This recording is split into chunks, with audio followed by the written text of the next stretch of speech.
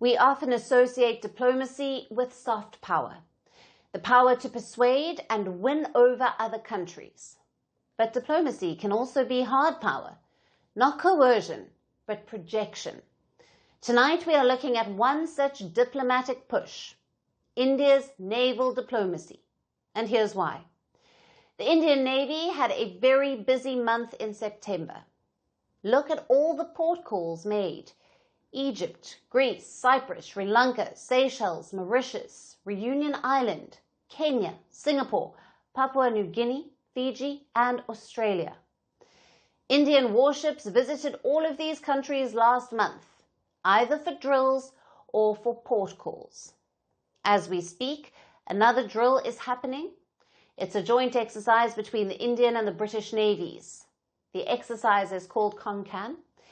It's been held once every 2 years since 2004. But this edition is different because for the first time, aircraft carriers are participating. India's homegrown INS Vikrant is taking part. From the UK, it's HMS Prince of Wales. Both carriers will be operating together. The first phase of the exercise will include anti-air and anti-surface ops. The second phase will be conducted at the harbour. Things like cross-deck visits and sports. And the idea is to promote strategic cooperation and harmony between the two navies. A similar drill was held last year as well, and that was between the Indian and the Greek navies. It was the first ever bilateral naval exercise between the two. The Navy's calendar is packed with such drills. There are drills with the Quad, with Bangladesh, with France, with Indonesia, with Japan, and with ASEAN countries.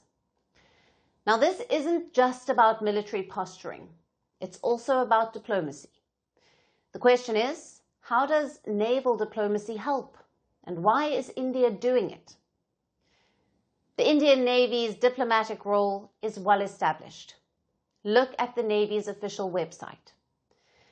It says, and I quote, "Naval diplomacy entails the use of naval forces in support of foreign policy objectives to build bridges of friendship and strengthen international cooperation, on one hand, and to signal capability and intent to deter potential adversaries on the other." So the idea of naval diplomacy isn't new. But how do you pursue it? Through joint drills, port calls, and voyages. It's a lot like normal diplomacy. The most important part is turning up and engaging, which raises the second question. Why is India doing it? Now, there are three main reasons. Number one, it's a geographic requirement. India has always been a seafaring nation. It has more than 11,000 kilometers of coastline. The Indian Navy is the largest navy in the Indian Ocean. It's a first responder to crises in the neighborhood, and it became a blue water navy in this century. Now, what does that mean?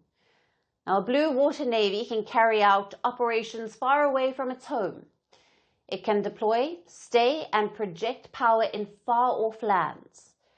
For example, the US Navy is constantly deployed in West Asia and the Indo-Pacific. Similarly, the Indian Navy is a blue water navy. The country's location and geography requires it. Next is reason number two, containing China. China too is engaged in military diplomacy. They stage drills across the Indian and Pacific Oceans. Experts say that Beijing's Indian Ocean strategy is focused on containing India, basically boxing in the Indian Navy, which is why New Delhi is pushing back. It is holding drills and visiting far-off ports to deter China. Consider what happened in August. India and the Philippines held their first bilateral drill, that too in the South China Sea, in a region that is contested by Beijing. So naval diplomacy helps India to keep the oceans free, to push back against China's dangerous claims. And finally, reason number three, naval diplomacy is an advertisement for Indian shipbuilding. Currently, India makes up less than 1% of the global shipping market. The government's goal is to turn that around. How? Through naval diplomacy. We saw an example back in 2023. India gifted an in-service corvette to Vietnam, a warship that had been built in India.